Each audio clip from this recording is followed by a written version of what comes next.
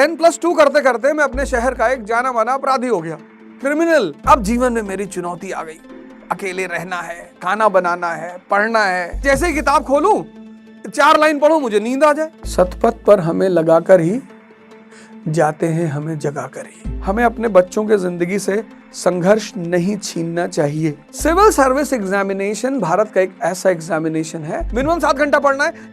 ये बड़ी बात नहीं है। 365 दिन पढ़ना। यूपीएससी क्या है? तुम यूपीएससी देना चाहते हो? क्या है ये? वसुधा का नेता कौन हुआ?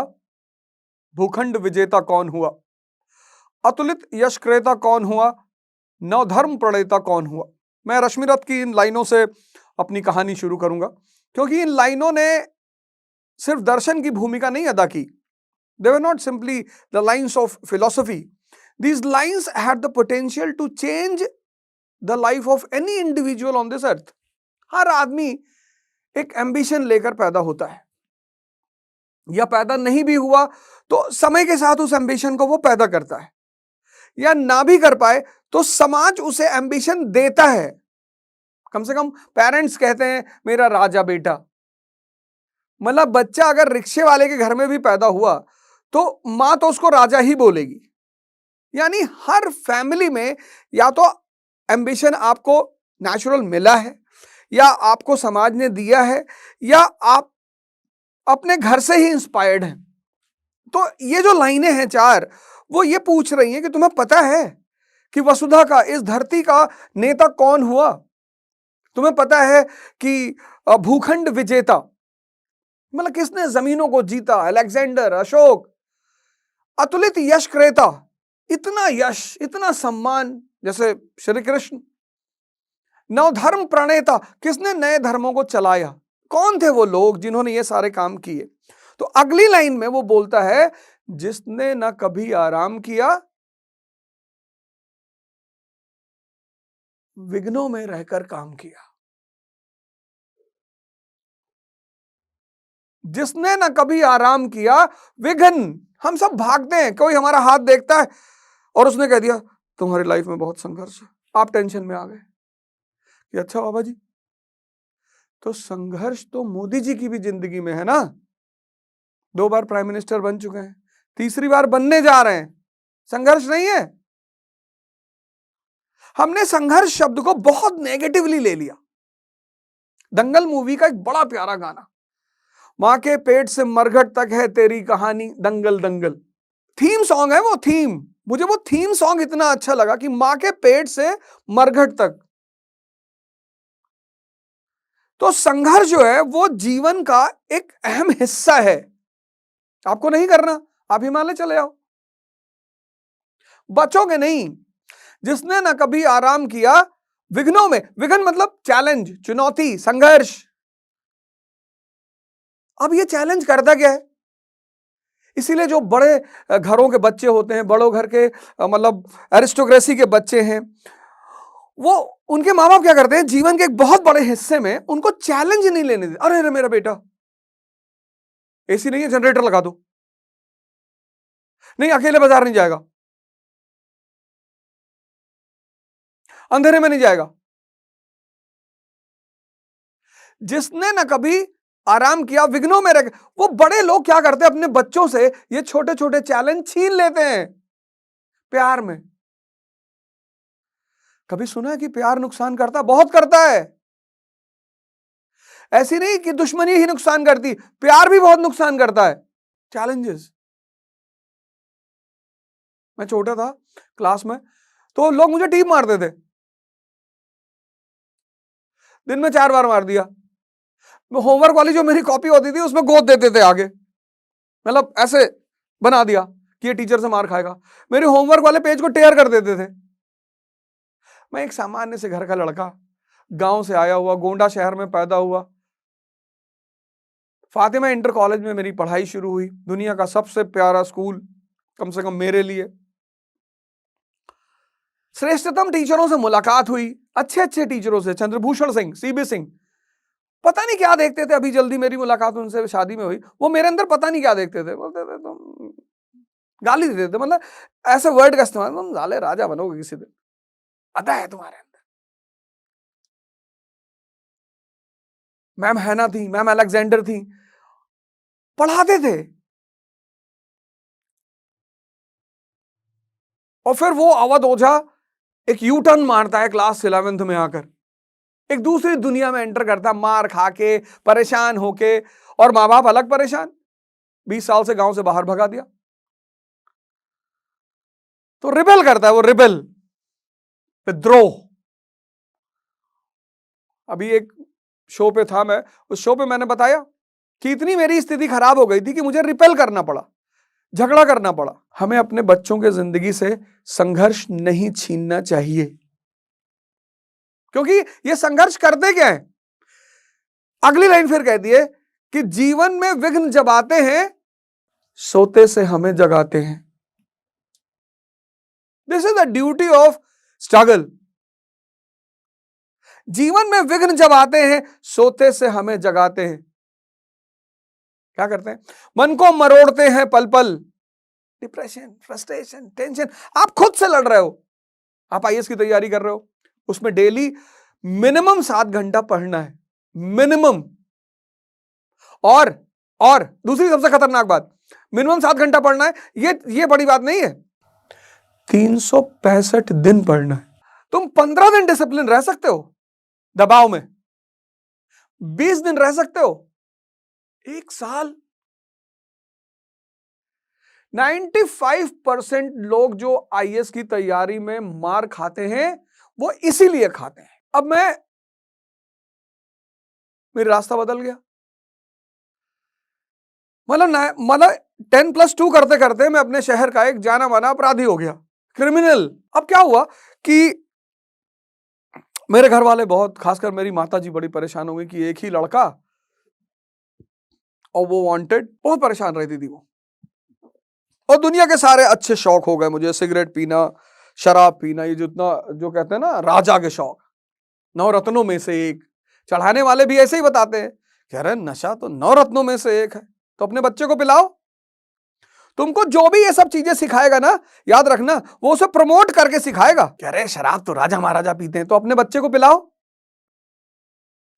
अपने बेटे को पिलाओ ना, अगर राजा महाराजा पीते हैं तो। जिस आदमी के तुम साथ रहते हो, जो काम वो अपने बच्चों के साथ नहीं करता और तुम्हारे साथ करता है, तो तुम्हारा दुश्मन है। अगर तुम्हें सिगरेट पीने के लिए कहता है और अपने बेटे को भी कहता है, तो बहुत अच्छा आदमी है, फिर तो वो बहुत अच्छा आदमी है कि अपने बेटे को भी सिगरेट पकड़ा दिया कि ले भाई तू भी पी ले। लेकिन जो काम वो तुम्हें कहता है करने के लिए, लेकिन अपने बच्चों को नहीं कहता, वो तुम्हारा दुश्मन है। ये तुमको लिटमस टेस्ट बता रहा हूं, इसको ट्राई करके देखना। मेरे एक दोस्त हैं, भगवान उनको जन्नत में रखे, स्वर्ग में। उनके पास इलाहाबाद यूनिवर्सिटी का 2 फॉर्म आ गया। अब वो एक मुर्गा ढूंढ रहे थे कि किसी तरह एक फॉर्म निकाल ले, नहीं तो उनका पैसा बर्बाद हो जाएगा। मैं उनसे टकरा गया। उन्होंने कहा वो तुम्हारे लिए फॉर्म मंगाए इलाहाबाद यूनिवर्सिटी से। हमें भी लगा कि यार इतना प्रेम। कह नहीं, हम तुम्हारे लिए फॉर्म मंगाओ, इलाहाबाद चल रहा है एग्जाम देने। मेरे लिए इलाहाबाद एग्जाम देने जाना मतलब मेंबर ऑफ पार्लियामेंट का चुनाव जीतना। इतनी खुशी, क्योंकि बहुत दिन से मैं घर में बंद था, पहरा लगा हुआ था मेरे ऊपर कि तुम बाहर नहीं जाओगे। मैंने अपनी माता जी से कहा कि अब मैं पढ़ना चाहता हूं। उनको भी बड़ा अजीब लगा कि अरे, मुझसे किसी ने सवाल किया था कि आप कभी एक्टिंग करेंगे, मुझे ड्रामेबाजी का शौक है। और ड्रामेबाजी बड़ी प्यारी चीज है लाइफ में, बड़ी मदद करती है, आपको बहुत हेल्प करती है। तो मैं बड़ा सीरियस हो गया उनके सामने कि मैं जो है अब मैं पढ़ना चाहता हूँ। उनको भी बड़ा अच्छा लगा कि यार बेटे का मन बदल रहा है, और वो भी इलाहाबाद यूनिवर्सिटी का एंट्रेंस। मैं अब घर की कैद से बाहर निकला। अब हमको तो कुछ आता नहीं था, वहां मुझे एक बहुत भगवान जैसा आदमी मिला। पता नहीं, मैं उसका नाम नहीं जान पाया। हालांकि मैं 3 साल के ग्रेजुएशन में मैं उस आदमी को ढूंढता रहा कि कम से कम थैंक यू तो बोल दूं। और उस आदमी ने, काटजू इंटर कॉलेज है इलाहाबाद में, वहीं मेरा सेंटर पड़ा था। तो उस आदमी ने मुझसे कहा, उस लड़के ने मुझसे कहा कि यार तुम चिंता मत करो, मैं तुम्हें बता दूंगा। और मैं इलाहाबाद यूनिवर्सिटी के एंट्रेंस में पास हो गया। इसी को बोलते हैं ब्लेसिंग। ये भाग्य नहीं है, ये भगवान की कृपा है तुम्हारे ऊपर।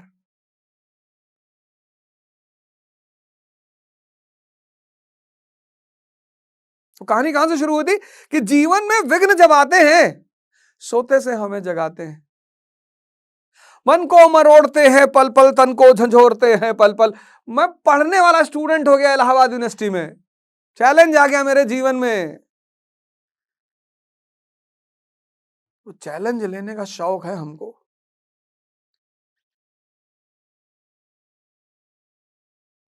हमको बड़े उल्टे सीधे शौक है, उसमें से एक शौक है चैलेंज लेना। हार जाए तो कोई फर्क नहीं, इस जीवन में हार जैसी कोई चीज होती ही नहीं। आप कभी मोदी जी से मिले तो उनसे पूछिएगा, कभी मुकेश अंबानी से मिले तो उनसे पूछिएगा, कभी बराक ओबामा से मिले तो उनसे पूछिएगा, इस जीवन में हार जैसी कोई चीज होती ही नहीं। यह शब्द शाही वर्ग ने पैदा किया था मिडिल क्लास को डिप्रेस करने के लिए। कुछ शब्द हैं जो शाही वर्ग ने पैदा किया है। अब जीवन में मेरी चुनौती आ गई, अकेले रहना है, खाना बनाना है, पढ़ना है, और मैं जैसे ही किताब खोलूं 4 लाइन पढ़ूं मुझे नींद आ जाए। तब मेरे टीचर ने मुझसे कहा, इलाहाबाद में 2 लोग मुझे बहुत शानदार मिले। एक मिस्टर एम्पैथी। हम जब इलाहाबाद पहुंचे ग्रेजुएशन करने, तो माता जी ने कहा कि जब तक एडमिशन नहीं होता तब तक तुम मेडिकल की कोचिंग कर लो। अरे मैंने कहा हम कहां डॉक्टर बनने जा रहे हैं, बोली नहीं कर लो।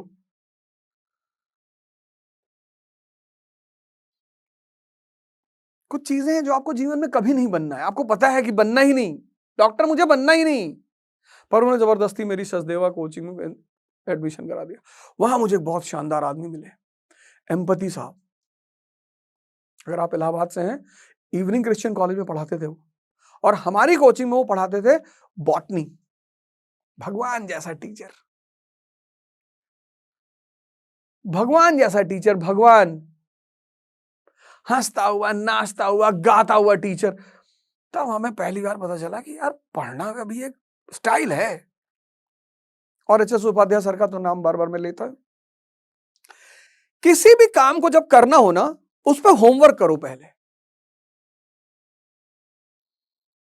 पता करो ये क्या है, यूपीएससी क्या है, तुम यूपीएससी देना चाहते हो, क्या है ये, इसका सिलेबस क्या है, ये मुझसे क्या जानना चाहती है, कोचिंग क्यों जाना चाहिए। तुम बिना क्या जाने कूद पड़ते हो। जैसे कुछ लोग स्विमिंग पूल में तैरते हैं सोसाइटियों में, मैं उसको तो स्विमिंग पूल, मैं उसको तो तैरना मानता ही नहीं। फिर उनको एक इल्यूजन होता है कि हम तैर लेते हैं, जाके गंगा में कूद गया बनारस में। अब पानी के अंदर तो वाटर करंट होता है, नदी के अंदर अंडर करंट होता है, एक तो करंट, और ऊपर से क्या होता है, नदियां कटान करती हैं, जमीन को काटती हैं, तो छोटी छोटी केव्स होती हैं पानी के अंदर। कभी कभी उसी केव्स में आदमी घुस जाता है, फिर वो हाथ पैर मारता है,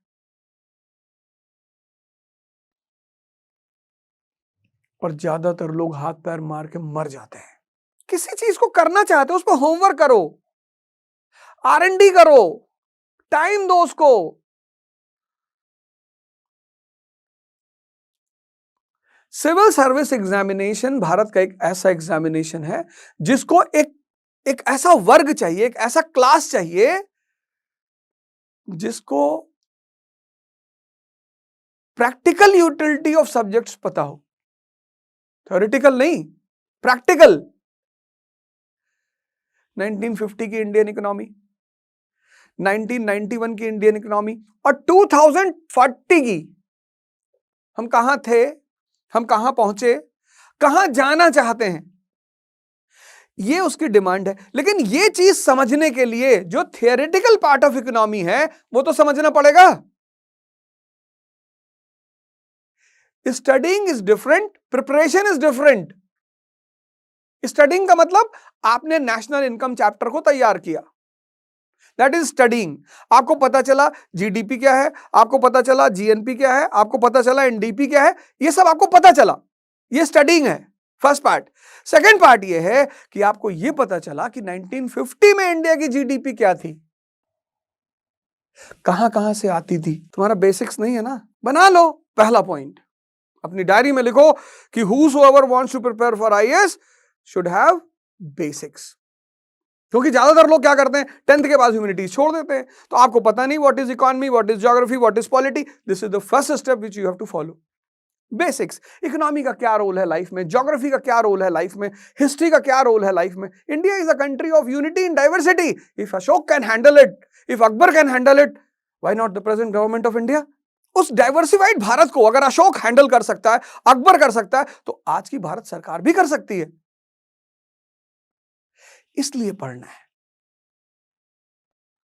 जीवन में विघ्न जब आते हैं, सोते से हमें जगाते हैं। तैयारी शुरू करो तो जाग जाओ।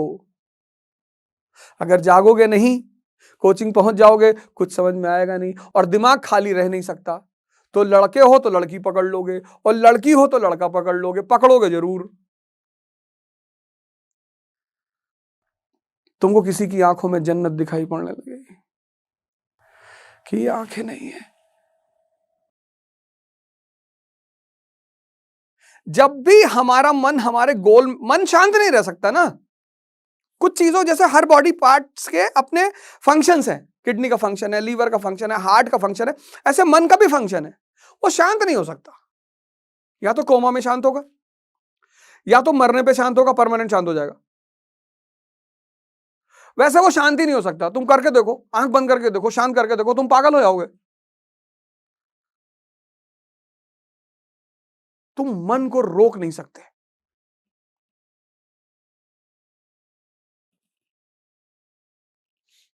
हालांकि एक तरीका है रोकने का, सांस, पर वो दूसरा मुद्दा, बाद में बात करेंगे। पहला काम करो, चुनौती को एक्सेप्ट करो, क्योंकि चुनौतियां क्या करती है, तुम्हें जगाने के लिए आती है। जीवन में विघ्न जब आते हैं, सोते से हमें जगाते हैं, मन को मरोड़ते हैं पल पल। घूम रहे हो तुम राजेंद्र नगर में कि नाटो क्या है भैया, तो 12th की एनसीईआरटी पढ़ लो, contemporary world history, first world war से बताया है। तो पहला बेसिक्स तैयार करो, टाइम दो उसको। उसमें 5 से 6 महीने लगते हैं, उसको टाइम दो। IAS is a preparation of 2 years। मन को झंझोड़ते हैं पल पल, तन को, मन को मरोड़ते हैं पल पल, तन को झंझोड़ते। नींद नहीं आएगी तुम्हें।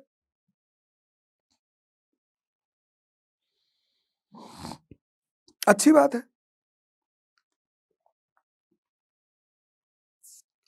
अब तुम अगर ये सब चीजें खुद से नहीं कर पा रहे हो और एक अच्छी गाइडेंस चाहते हो, किसी कोचिंग को पकड़ लो। कोचिंग सारी अच्छी होती है इस दुनिया में, सारे टीचर अच्छे होते हैं, सारी कोचिंग अच्छी होती है। तुम किससे क्या ले सकते हो ये तुम पे डिपेंड करता है। महमूद गजनी मकड़े से सीख लेता है। मकड़ा जाला बनाते बनाते गिर रहा है, फिर उठ रहा है, फिर गिर रहा है, फिर उठ रहा है, फाइनली वो जाला बना ही लेता है। वो उससे सीख ले रहा है। सीखना is a art, learning is a art. अगर आप इस टॉक के एंड तक पहुंच चुके हैं तो मैं आपको जोश टॉक्स का एक दूसरा रूप भी दिखाना चाहता हूं, जिससे मैं काफ़ी देर से जुड़ा हुआ हूं और मुझे बहुत बहुत ज़्यादा पसंद है कि वो क्या कर रहे हैं। जोश टॉक्स ने एक नया ऐप लॉन्च किया है जिसका नाम है जोश स्किल्स। अब वो नया नहीं रहा, काफ़ी टाइम से है, लाखों लोग उसको अब यूज़ करते हैं। और जोश स्किल्स पे आप अपनी ज़िंदगी के लिए कोर्सेज ढूंढ सकते हैं। वो कोर्स नहीं जो आपको physics, chemistry, commerce, business studies पढ़ाएंगे, वो कोर्सेज जो आपकी जिंदगी में आपको कैसे जीना चाहिए वो सिखाएंगे। मैंने खुद जो स्किल्स पे बहुत सारे कोर्सेज बनाए हैं, पब्लिक स्पीकिंग पे, इमोशनल क्राइसिस कैसे हैंडल किया जाए, अपनी पर्सनालिटी कैसे डेवलप की जाए। हर एक कोर्स में डेली क्विजेज हैं, एक्सरसाइजेज हैं, एक बहुत ही खूबसूरत कम्युनिटी है जो आपको सपोर्ट करेगी, आपको इनकरेज करेगी। आज ही डाउनलोड करें जोश स्किल्स का ऐप और उनके कोर्सेज एक्सप्लोर करके अपनी जिंदगी को आगे बढ़ाएं।